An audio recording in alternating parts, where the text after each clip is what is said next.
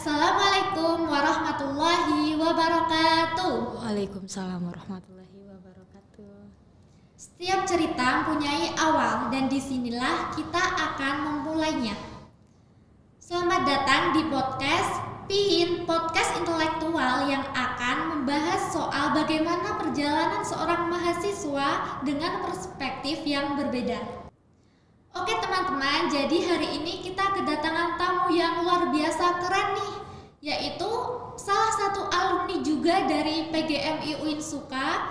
Langsung aja yuk kita kenalan atau sapa mbaknya dulu. Halo Mbak Zulfi. Halo semuanya. Oke, apa kabar hari ini nih Mbak Zulfi? Alhamdulillah sangat baik hingga bisa ikut membersamai hari ini di sini. Langsung aja untuk kita bisa lebih kenal deket sama Mbak Zulfi nih, boleh nggak Mbak Zulfi perkenalkan diri, biografinya, misalnya tempat tinggalnya sekarang di mana, asal daerahnya di mana, riwayat pendidikan, atau kalau boleh statusnya sekarang apa gitu. Oke, terima kasih. Yang pertama saya sangat merasa terhormat bisa diundang di sini. Perkenalkan semuanya, saya Zulfi Idayanti. Saya asli Sumbawa, Nusa Tenggara Barat. Jauh ya. Saya alumni S1, S2 program studi pendidikan guru Madrasah Ibtidaiyah di UIN Sunan Kalijaga, Yogyakarta. Dan sekarang saya berprofesi sebagai guru di salah satu sekolah swasta di daerah Berbah, Sleman. Statusnya kalau boleh tahu? Statusnya alhamdulillah not available. Oh, jadi udah ada yang punya ya, jadi jangan dekat-dekat dulu. Oke, untuk saat ini kesibukan atau kegiatannya kan mengajar di SD ya. Nah, untuk waktunya kan juga sedang menempuh S2 atau udah lulus? Alhamdulillah sudah wisuda Februari kemarin. Ya. Jadi untuk saat ini kesibukannya cuma mengajar di SD Ya, atau benar. ada kesibukan lain? Kesibukannya full di sekolah dasar bersama anak-anak, terus tambahannya ngeles, kadang juga masih aktif menulis, tapi dominannya lebih ke sekolah sih sama anak-anak waktunya habis. Kalau boleh tahu menulis apa nih? Apa karya ilmiah kah, novel atau Artikel. Ya, jadi karya masih berlanjut dari S2 kemarin. Oke. Cuma nggak seaktif waktu S2 sih, cuma kadang sekarang masih bisa menulis. Oke, jadi Mbak Zulfi bilang kan tadi juga alumni dari S1 PGMI. Jadi boleh ceritain nggak pengalaman yang berkesan di S1 dulu itu masuknya jalur apa dan kendala di saat menempuh S1 ini? Sangat berkesan semua kayaknya deh Kak. Iya. Jadi saya itu angkatan 2018. Kemudian di wisuda itu tahun 2022 dan pernah merasakan COVID waktu itu. Oh iya, yang 2019. Ya, 2019 2020. Jadi di COVID itu berapa tahun? Kalau tidak salah itu semester 3 sampai semester 5 kayaknya kalau nggak salah dulu itu. Wah, cukup lama ya. Cukup lama. Dan waktu itu 2018 saya itu masuk ke UIN itu lewat jalur SPAN PTKIN. Masya Allah, juga sangat berprestasi teman-teman nih. Alhamdulillah. Terus yang sangat berkesan itu sebenarnya semuanya berkesan. Dari 18 sampai 2022 semuanya punya masanya masing-masing. Masa-masa awal kita masih sangat excited waktu itu karena saya kan perantau. Jadi awal-awal kuliah sangat excited sama Jogja. Kemudian di pertengahan ternyata COVID. Kemudian setelah itu new normal. Kemudian kita skripsian. Jadi saya merasa S1 sangat singkat karena ada COVID di situ. Jadi menurut Mbak ini COVID ini menjadi salah satu kendala nggak buat Mbak untuk menempuh S1? Kalau saya pribadi bukan kendala. Justru waktu itu saya manfaatkan untuk ikut berbagai kegiatan di rumah. Jadi di Sumbawa. Karena kan saya kan dari 2018 akhir kan kebanyakan di Jogja. Iya. Jadi pada saat Covid itu benar-benar dimanfaatkan untuk ikut berkegiatan di rumah. Waktu itu. Boleh kasih tahu nih kegiatan di rumah selama COVID itu apa? Waktu itu saya full anak rumahan sebenarnya, mengikuti kuliah seperti biasanya, terus kadang juga mengikuti lomba. Kemudian waktu itu juga di masa Covid pernah dipercayai sama kampus ikut ajang IPPBM waktu itu. Apa ya? Aduh saya juga lupa deh kalau nggak salah IPPBM itu inovasi apa gitu tapi dia se-Jawa Madura waktu itu. Jadi tingkat nasional gitu. Ya, tingkat nasional waktu itu se-Jawa, Madura dan posisinya saya waktu itu di rumah ikutan lombanya Covid, bahkan seleksi pun itu lewat online secara online waktu itu. Serba online. Ya? Serba online. Kalau mungkin hikmah yang dapat diambil nih kan mbaknya kuliah saat COVID jadi kan pembelajarannya online. Nah ada nggak hikmah yang kemudian tuh bisa dijadiin mbak untuk meraih prestasi gitu? Hikmahnya itu mungkin karena waktu itu saya merasa bosan ya Kak. Jadi kan waktu itu kan Covid, terus full di rumah, terus ikut kuliah pun online, jadi tidak yang vibe-nya atau excitednya tuh kayak kelas offline yang langsung tatap muka. Jadi saya mencari kesibukan lain. Jadi ikut berbagai lomba, ikut aktif di kegiatan, salah satunya IPPBM waktu itu. Dan full sepanjang tahun 2020 sampai 2021. Masya Allah. Jadi COVID ini sama Mbak Zulfi nggak dijadiin kendala nih, tapi malah dijadiin suatu pembelajaran untuk mencari kesibukan lain yang sehingga itu dapat meraih prestasi yang akan diraihnya. Masya Allah. Kalau untuk lomba-lomba yang mungkin pernah dimenangkan Mbak Zulfi boleh disebutkan? Kalau tidak salah itu saya pernah juara 1 lomba inovasi media pembelajaran yang waktu IPPBM se-Jawa Madura. Kemudian juara 1 media pembelajaran juga itu secara nasional diadakan sama HMPS Jember kalau nggak salah. Terus pernah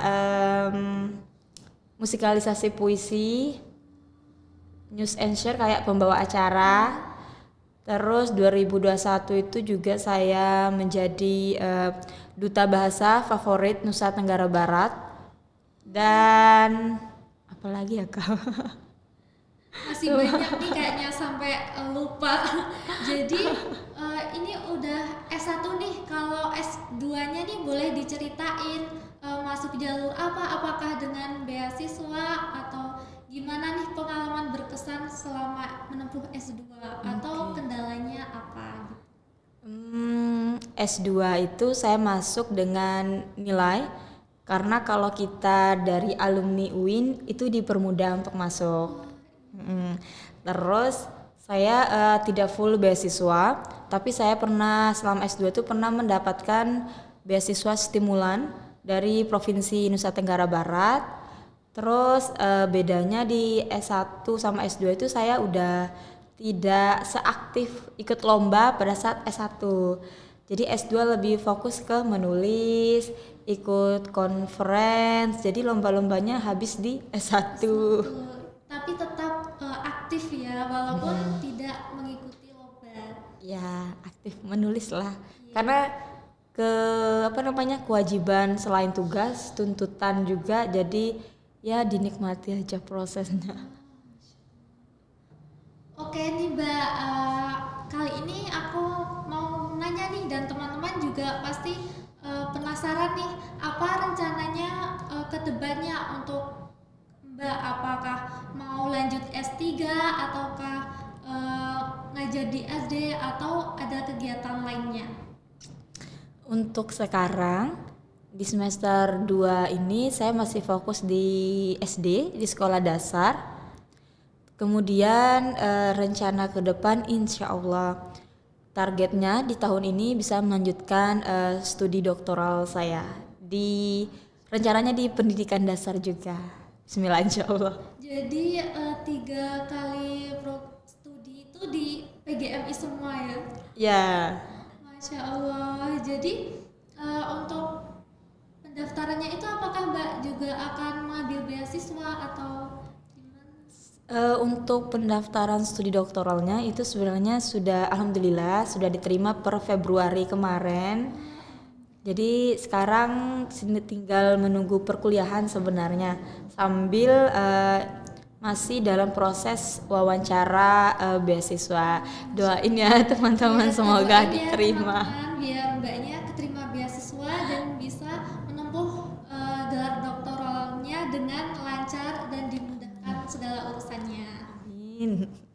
Terima kasih. Jadi ada nggak nih Mbak motivasi untuk kita yang mungkin mau berkuliah di UIN ataupun sedang menempuh S1 atau S2 bisa kasih tips-tipsnya biar kita tuh kan suka nih banyak tugas biar nggak ngeluh terus gitu.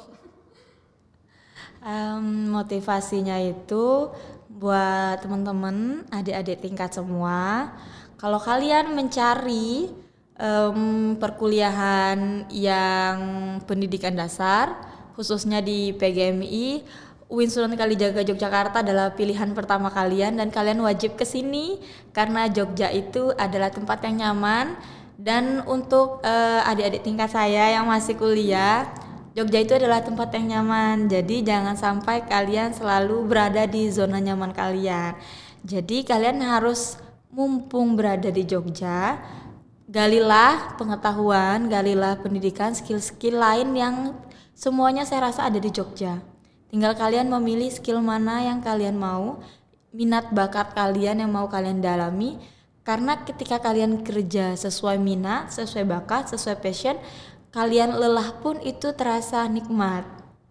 Terus untuk yang mau melanjutkan S2 tadi ya, selama masih ada waktu, selama kalian masih kuat, kalian harus punya cita-cita untuk melanjutkan studi kalian. Mulai dari magister, bahkan doktoral, mungkin nanti kalian juga salah satu guru besarnya UIN, kan kita tidak pernah tahu ke depannya.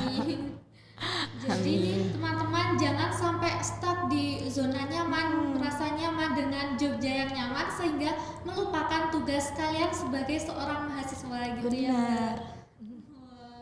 Sangat-sangat menginspirasi nih Mbak Zulfi. Oke, jadi kan Mbak Zulfi tadi bilang bahwa kesibukannya itu mengajar anak SD ya. Kan anak-anak kecil itu terkenal dengan banyak bertanya, suka bertengkar ataupun mereka tuh sangat super duper aktif sehingga kita pun yang menghadapinya perlu tenaga dan emosi yang juga besar ya. Nah, boleh nggak nih Mbak Zulfi kasih tips untuk kita yang insya Allah jadi calon guru SD untuk bisa menghadapi mereka gitu? Oke. Mendengar pertanyaan kakaknya, saya teringat kata-kata ayah saya yang juga seorang guru. Ayah pernah bilang bahwa guru yang baik adalah guru yang dinantikan oleh siswanya. Dan kita menggambar siswa-siswi sekolah dasar itu punya seninya. Jadi antara kita mengajar di SD dan juga mengajar mahasiswa itu berbeda karena SD itu punya seni mengajarnya sendiri. Asiknya di situ, emosinya di situ, kedibuk-kedibuknya di situ, pokoknya sangat-sangat pelangi lah istilahnya. Jadi yang perlu kalian adik-adik ingat, adik-adik tingkat saya untuk mengajar sekolah dasar atau anak-anak SD itu adalah emosional atau cara kalian untuk menguasai diri di depan anak-anak itu bagaimana, memposisikan diri di depan mereka itu bagaimana. Apakah kalian harus menjadi seorang guru, seorang trainer, seorang teman, seorang ibu, seorang ayah, itu bagaimana. Dan yang terpenting adalah emosional atau tingkat kalian menghadapi mereka itu bagaimana. Karena anak SD itu semakin sekarang semakin zamannya digitalisasi semakin sangat-sangat melek, kemudian sangat-sangat aktif mengutarakan pendapat dan juga aktif mengutarakan isi hatinya, dan mereka tidak sungkan untuk menolak, untuk mengiyakan atau memprotes, itu sangat tidak sungkan karena digitalisasi itu. Dan kita juga harus mengajar mereka sesuai dengan kebutuhan dan juga kepribadian mereka, dan itu memang PR sih buat kita sendiri, bahkan buat saya sendiri kayaknya masih PR. Wah, Masya Allah. Jadi pengalamannya sangat meskipun belum lama, udah berapa tahun nih Mbak ngajar di SD? Saya pertama mengajar secara ini ya di sekolah saya sekarang itu per Februari 2024 sampai sekarang. Oh, Masya Allah. Jadi mungkin selama studi di S1 dan S2 PGMI itu menurut Mbak sangat bermanfaat nggak untuk diaplikasikan di dunia SD saat mengajar? Sangat-sangat bermanfaat dan berkelanjutan sampai sekarang. Dan ternyata latar belakang saya di UIN baik S1 atau S2 mengantarkan saya seperti sekarang. Kayak waktu S1 saya diajari pelatihan inovasi media pembelajaran by KN Master waktu semester 1 atau semester 2 kayaknya. Nah, jadi pelatihan itu hasil dari situ saya gunakan untuk ikut lomba tadi media pembelajaran, dan sampai sekarang masih saya gunakan. Jadi sangat-sangat mendukung dan membentuk saya menjadi seperti sekarang, saya rasa. Oke, jadi teman-teman yang mau daftar di UIN ini khususnya di jurusan PGMI dan ingin menjadi guru SD, PGMI ini menjadi pilihan yang sangat tepat untuk kalian untuk meraih cita-cita yang kalian impikan gitu ya Mbak. Benar. Jadi jangan sungkan ya masuk ke UIN, ditunggu loh di UIN sama kakak-kakaknya. Oke, nih Kak, agak balik lagi nih. Kan ini ya, mahasiswa berprestasi seperti Kakak itu biasanya mempunyai hobi yang sangat-sangat bermanfaat. Misalnya nih, aku nih kan punya teman juga mahasiswa berprestasi dan aku lihat tuh hobinya sangat bermanfaat, misalnya melukis ataupun membaca, yang hal itu bukan hanya sekedar hobi untuk mengisi waktu luang tapi juga membawa prestasi ke depannya. Nah, untuk Kakak sendiri kita penasaran nih apa hobi Kakak gitu. Aduh, ditanyain hobi ya. Hobi saya kayaknya tidak mendukung kayaknya ya. Karena hobi saya yang pertama, saya suka olahraga, walaupun saya tidak yang benar-benar sangat proaktif di olahraga. Saya suka bulu tangkis, suka volley, kemudian yang paling mengisi waktu luang saya adalah menonton. Oh, sama nih, aku juga suka menonton apa nih, film atau Suka nonton film, movie yang satu kali ditonton tuh langsung selesai. yang kayak series gitu. Oh, series nggak terlalu suka, yang romance juga nggak. Kadang itu saya suka nonton yang kayak kasus, pemecahan kasus jadi gitu. dari situ juga kayak ada hal yang dapat diambil ya, nggak cuma nonton aja. Iya, sebenarnya Masya Allah. lebih menikmati kayak misalnya pulang sekolah lelah, jadi ditemani makan, nonton film kayak gitu. Dan saya membaca cuma bukan hobi. Oh, membaca karena kebutuhan. Enggak juga. Jadi suka membaca, suka beli-beli juga buku, cuma untuk benar-benar yang menghabiskan waktu sendiri untuk membaca itu jarang. Jadi lebih suka kayak kalau bahasa kalian mungkin kayak me time. Iya, me time. Nah, itu lebih suka nonton film, ngemil, dah itu aja. Paling the best menurut saya. Oh, jadi mungkin sama nih hobinya, tapi bagaimana kita juga memanage waktu agar waktu luang yang kita isi itu nggak cuma hanya ke hobi saja, tapi juga hal-hal bermanfaat yang lainnya gitu ya Mbak. Benar. Tergantung manajemen waktu sendiri ya. Kalian memposisikan diri bagaimana dan harus bagaimana. Oh, ngomong-ngomong manajemen waktu nih, boleh nggak tips dari Mbak untuk kita bisa memanage waktu dari kegiatan organisasi dan banyaknya tugas gitu? Kalau untuk manajemen waktu, jujur saya tidak yang sedetail itu, misalnya jam segini saya harus ngapain, saya tulis-tulis tidak. Tapi manajemen waktu saya lebih ke hari ini saya harus ngapain. Jadi misalnya hari ini saya ada agenda mengajar, jadi mengajar sampai jam berapa, kemudian saya lanjut les private anak-anak jam berapa. Jadi saya tahu kapan saya istirahat. Dan waktu S2 juga saya terapin. Jadi misalnya waktu itu kita perkuliahan jam segini sampai jam segini saya kuliah. Kemudian setelah itu saya harus menyelesaikan tugas ini, saya harus publish mungkin setiap bulan.